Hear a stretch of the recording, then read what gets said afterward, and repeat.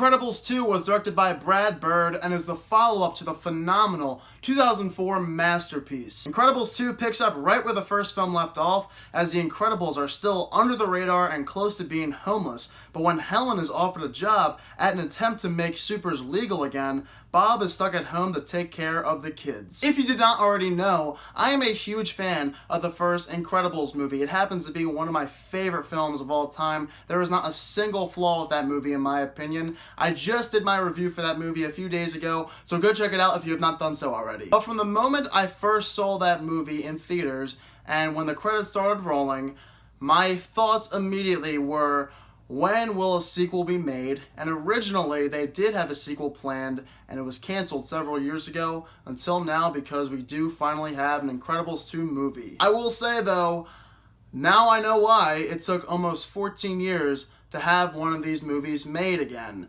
And whether or not that's positive or negative, I'll let you know that at the end of this video. First off, let's start with the positives. This happened to be my most anticipated movie of the year after all. I could not wait to see an Incredibles sequel. It has been such a long time, and the first movie was just so good. The opening to this film was one of the best openings in all of Pixar. It was fantastic. The action was great. I love how this movie connected this to the first film right away. If you did not know, this takes place directly after the events of the first film. So we finally get to see what actually happened with the Underminer and what happens in some storylines with certain characters such as Violet and her boyfriend and things like that. So I appreciated how Pixar added that in there, and they connected this movie right to the first film after that one ended. Besides just the opening sequence, the action throughout this entire movie was pretty fun. I enjoyed myself every time there was an action scene on the screen, and I would say even that some of the action moments in this movie were better than the first movie's action, and that also has to do with the animation and how it has improved. The first movie did come out in 2004 after all, so you would expect to see an improvement in action scenes for an animated movie when there is so many years apart. Some of the humor too in this film I found to be pretty funny. I was glad to see that once again I can laugh throughout a Pixar movie. Pixar always knows how to make you laugh, so the humor I did feel like was pretty good in this movie, even though I wouldn't say it was better than the first film's humor. Plus, it was great to see the Parr family on the big screen again. I loved all 5 of them in the first movie, and seeing them on the screen 14 years later was pretty awesome. But that's about where my positives end with Incredibles 2. The way I was talking about this movie from the start, you would probably be saying, man, he's gonna say this is one of the best Pixar movies ever made. But actually, that's not the case, because this is one of my least favorites, and there are various reasons for that. So before you hit that dislike button, hear me out. We are all entitled to our own opinions. I have heard so many people rave about this movie, and that's completely fine. I don't care if you love this movie. You can love whatever movie you want out there. That is fine with me. We're all allowed to hate whatever movies we want to hate, and we're all allowed to love whatever movies we want to love. That's what's great about movies. One of the first problems I had with this film was the animation, because I feel like the animation in this movie was far too different from the animation in the first film. And I get it, the animation has improved from 14 years ago. Yes, that makes complete sense. But in some of these scenes, a few of the characters' faces were freaking out. I was not used to that whatsoever. I feel like they tried a little bit too hard to make the animation look so much better. The way I would describe how this film looks would be by saying a video game as well as a film that looks like it's both 2D and 3D, one of those styled movies. One of my other biggest problems with Incredibles 2 was Jack Jack. He is one of the prominent characters in this film. Mr. Incredible takes care of him at home, so we do get a lot of scenes where these two are interacting and Jack Jack is showing off his powers, and at first it came off as really funny, but then after about 30 minutes of Jack Jack being on the screen doing the same thing with both Bob, Frozone, and Edna,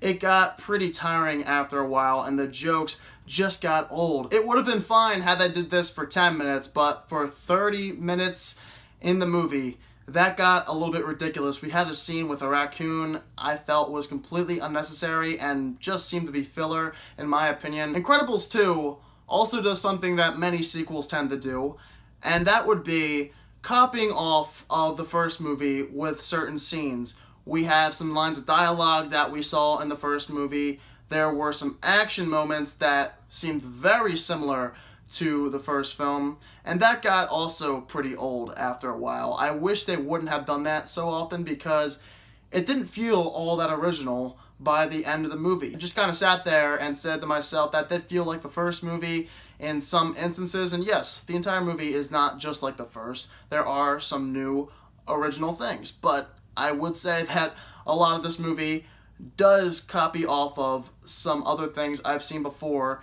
and not just the first Incredibles movie, but some other big movies out there. Let's discuss the villain in Incredibles 2. Syndrome was one of my favorite villains of all time, coming from the first film. And in this movie, I'm not going to reveal who the villain is, but I found this villain to be quite terrible, actually. The motivation was not there. There was nothing special about this villain whatsoever. Just a throwaway, crappy villain, and I have no idea what they were thinking. They took the complete easy way out when it came to the villain in this movie, and that was so sad because the first movie had such a strong villain, and you know the saying, the movie is only as strong as its villain.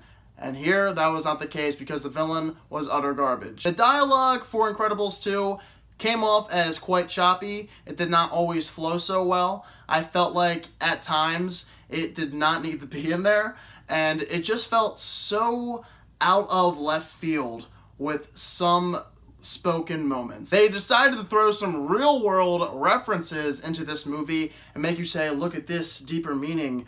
Wow, care about it, but I did not care at all. That did not need to be in there. Why did they do it? I have no idea. I guess Pixar and Disney are trying to push their agenda down our throats. The movie was a bit predictable at times. There were some glaring plot holes that left me scratching my head, and I can't reveal what they are because I'll go into some spoiler territory, but I had no idea why in the first movie a few of these things were not a problem, and then in this movie they were a problem. It made no sense. Finally, the maturity level was not as high in this movie as compared to the first. And that's completely fine because this is a kids movie after all. But I would have at least liked to seen a few more than we were given. Yes, we did have a few, but they were not as impactful as the mature themes I found with the first movie, and that's just how I felt at the end of the day. So everyone, Incredibles 2 for me was a very disappointing movie. I know, most people loved it, and that is fine. You were all entitled to your own opinion.